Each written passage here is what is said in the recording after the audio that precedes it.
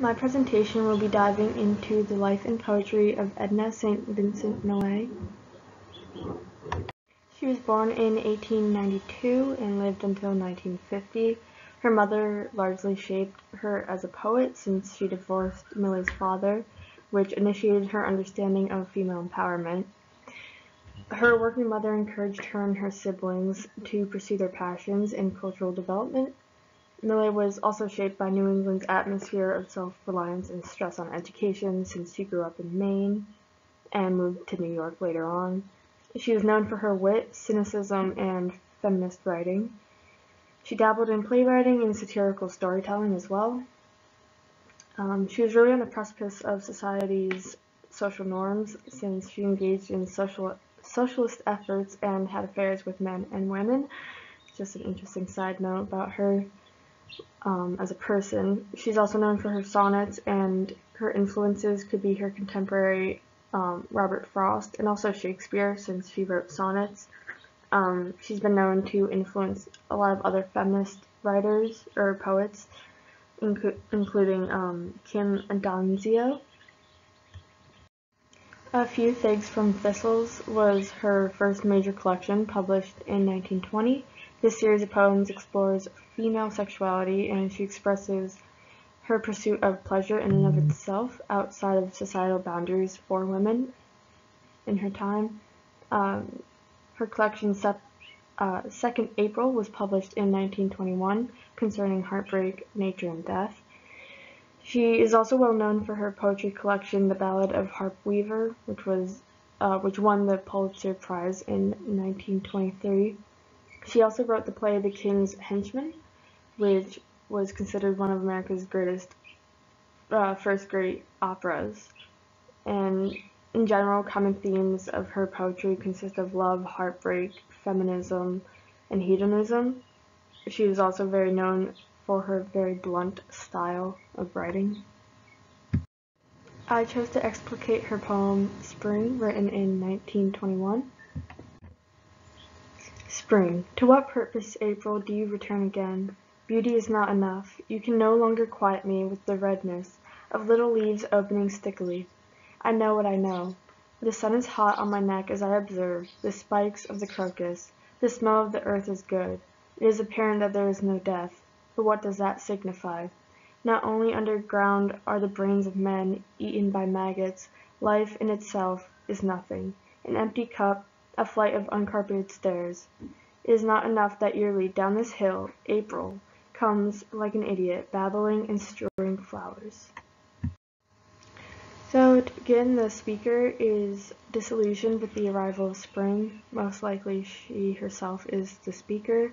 The tone is cynical and dissatisfied.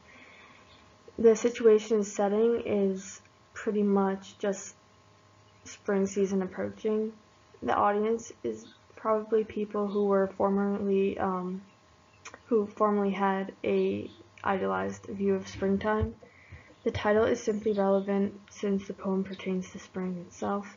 The theme is humbling the over-celebrated arrival of spring, which is often portrayed in writing and poetry as this beautiful period of rebirth and new beginnings, but she takes a much more cynical approach. So to take the poem line by line, we begin with, to what purpose, April, do you return again? It's significant that she begins her poem immediately questioning the presence and persistence of spring's arrival. She's addressing spring as though it were a cognizant person and could reply to her question, which pretty much personifies spring. She continues, beauty is not enough. Here she says that the visual appeal of spring is a facade, and it's just not enough to give it the veneration it's so readily given by society, by writers, and just by people in general. She says, you can no longer quiet me with the redness of little leaves opening stickily. Here we can see enjambment, since the thought isn't completed on one line and it continues on to two. There's also quite a bit of imagery here of redness and blooms. She's saying that she will not be deceived by the colors, the pretty colors of spring. She goes on to say, I know what I know. Here she's being pretty defiant and stubborn, and she isn't subject to spring's superficial beauty. The sun is hot on my neck as I observe the spikes of the crocus. Though many might appreciate the warmth that spring brings, especially after a cold winter in New England, the speaker obviously does not, and she gives the experience a more negative connotation with words like hot and spike. We don't associate those things with necessarily positive experiences. She says, "The smell of the earth is good. It is apparent that there is no death, but what does that signify?" Here she's saying that spring simply veils the death that was once there in winter.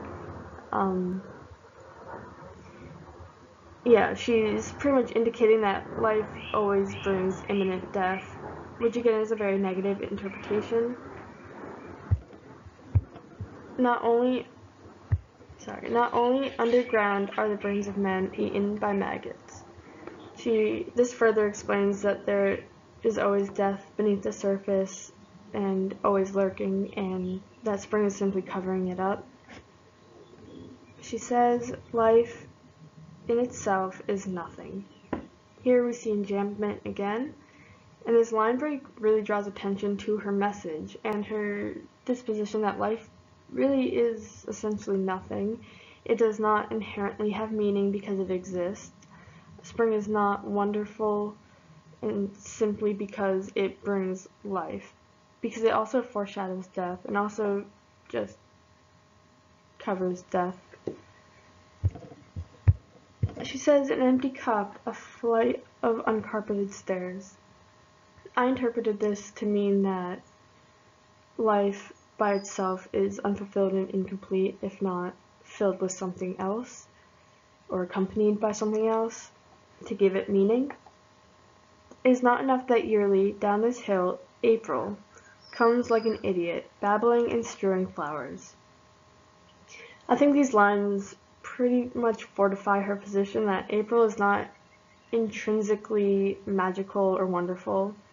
Contrary to popular opinion, she takes a stance that spring, introduced with the month of April, is frivolous and superficial. In this last line, she uses a simile to compare April to an idiot.